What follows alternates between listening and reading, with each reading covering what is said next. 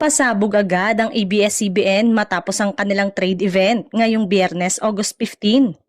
Inilabas na ang teaser ng pinakabagong teleserye na Roja, kung saan makikita ang dreamy beach vibes at mga karakter na may dalang maleta papasok sa isang hotel. Siyempre, bida sa kwento ang kapamilya heartthrobs na sina Donnie Pangilinan at Kylie Chari.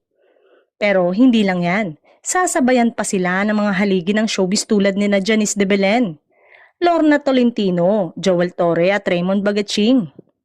At eto na ang isa sa pinakamalaking reveal. May Etrata, balik acting sa Kapamilya Network. Ito ang unang teleserye niya mula nang magbida siya sa Click, Like, Share noong 2021. Kaya aasahan na ang matinding kilig at drama.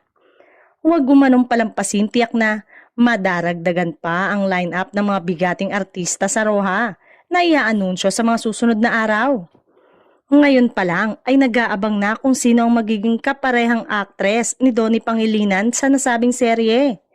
Inaasahan hindi niya makakaparehang aktres na si Bel Mariano dahil may sarili itong proyekto na ginagawa ngayon.